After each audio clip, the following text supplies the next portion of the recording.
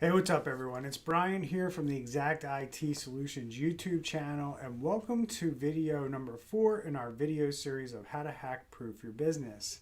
Now, in today's video, it's going to be quick, it's going to be short, we're going to jump right into it, and it's not going to take too much time today to get through today's topic, but I wanted to make it its own topic because it's the important part of protecting this layer, which is the data layer, right? So, we're working on protecting our assets. The first layer out from that in our bubble is the data layer.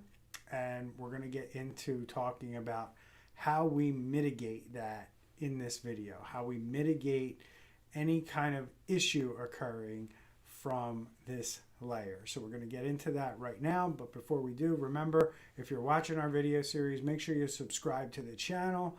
And if you do, if you're into this video series, if you're learning something, please hit the like button. It helps other people find this content. And our goal here on this channel is to educate as many people as we can. So smashing down that like button for us helps other people find this video and helps us achieve our goal of making people more aware of how they can protect their businesses and stop all these criminal hackers from having so much success. So without further ado, we're going to jump into the content for today.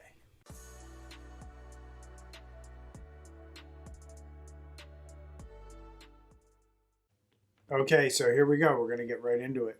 And what we're going to accomplish here today is we're going to understand what it takes to mitigate any kind of threat at this level and what we need to have in place if we're going to come out on the other side of this okay. Now, we've already talked to you on how you prevent somebody from getting access or using one of the components of this layer to further their attack or to do damage, right? So we talked about preventing.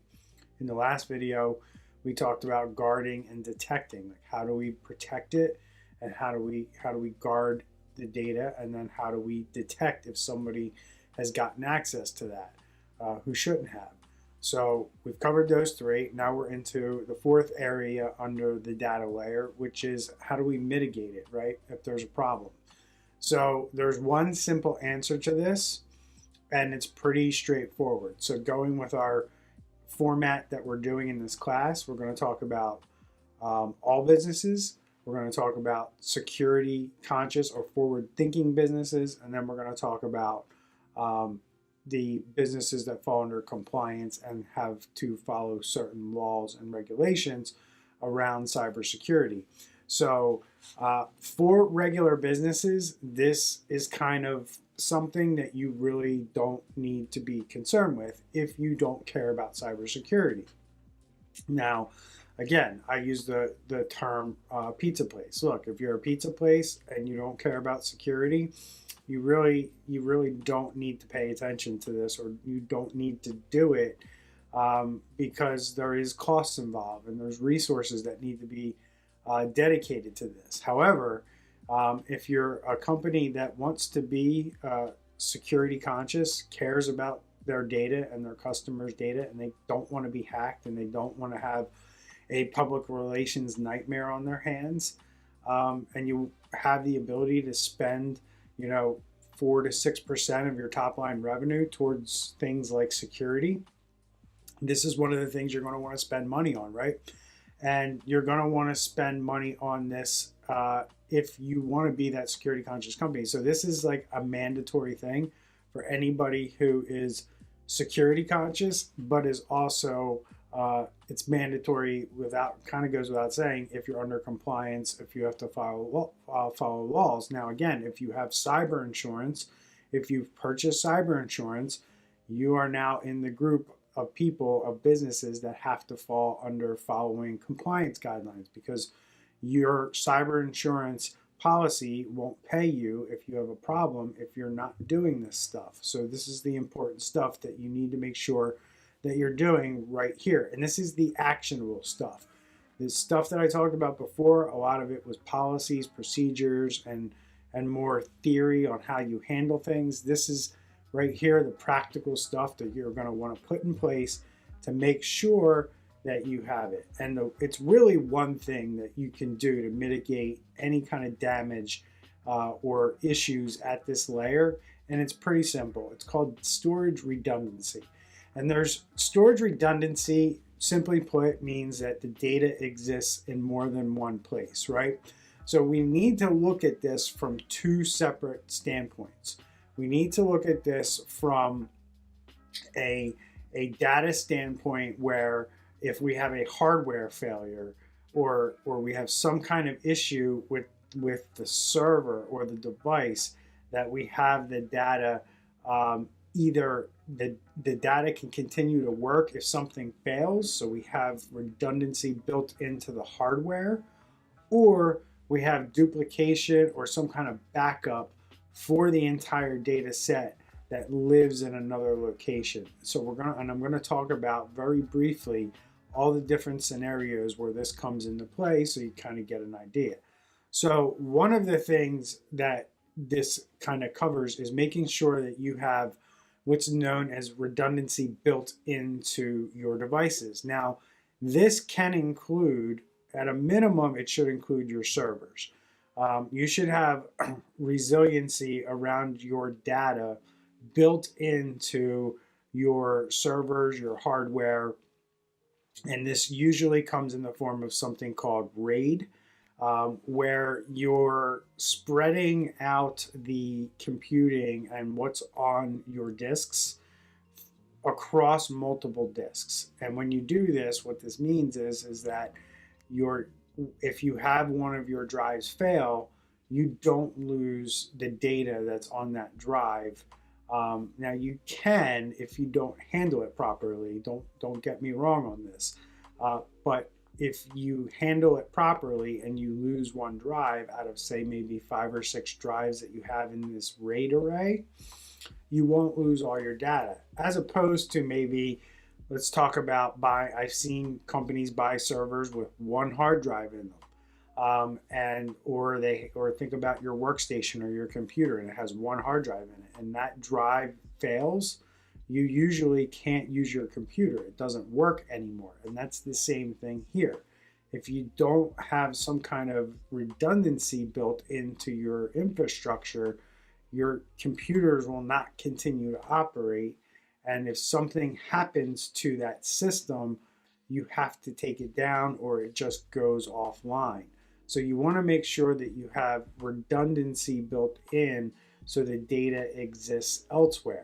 So the other side of this is just duplication of the data, right? So at a minimum, even if we only run a OneDrive type system, or we have a NAS drive that isn't set up properly, or your server was not configured properly with RAID, it doesn't mean you're stuck or you can't handle this properly.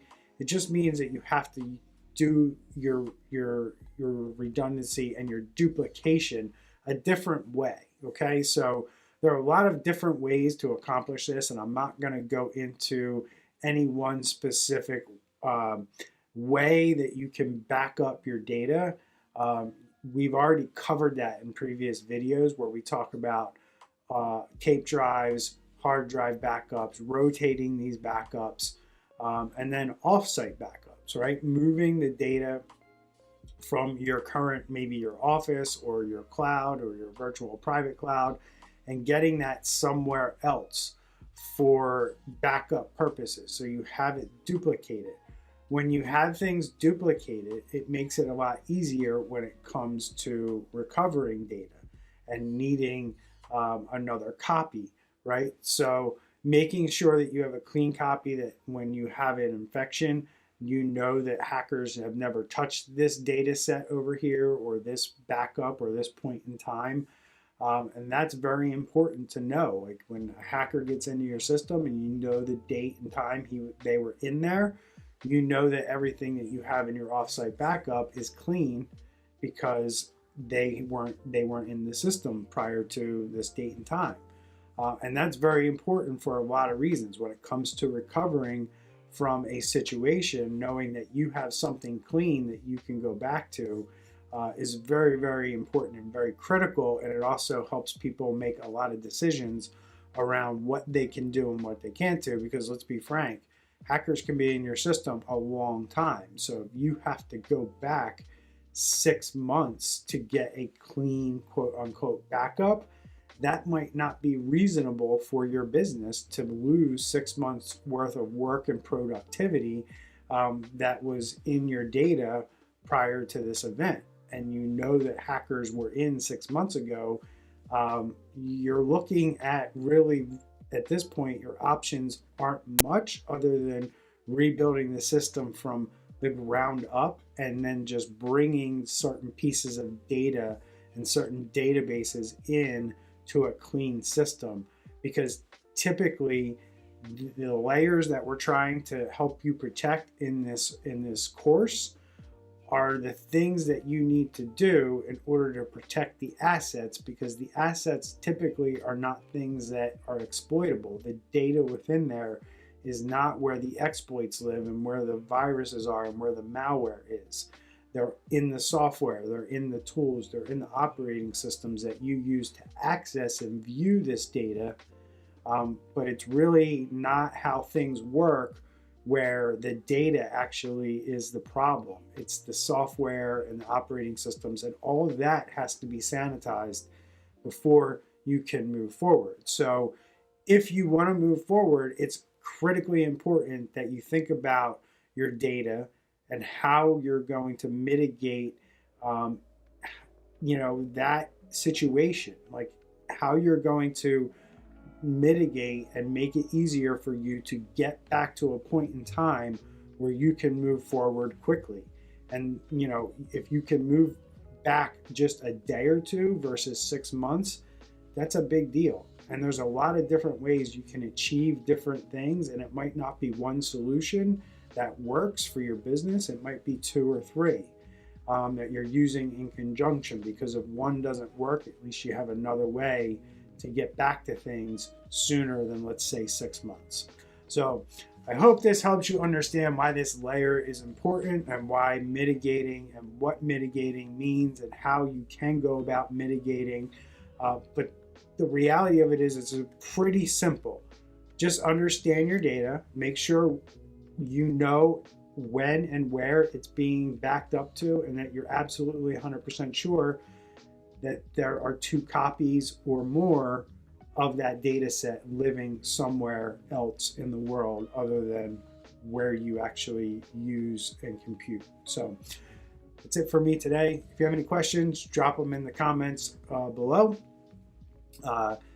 Like our video if you learned anything here today, and don't forget to hit that subscribe button so that you can get notified when we put out more videos like this.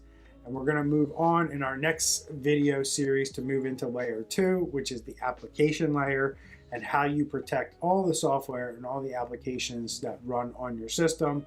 We're going to do the same format where we look at it from all businesses that care about security, and businesses that fall under compliance, and what that means to each business that falls in those categories.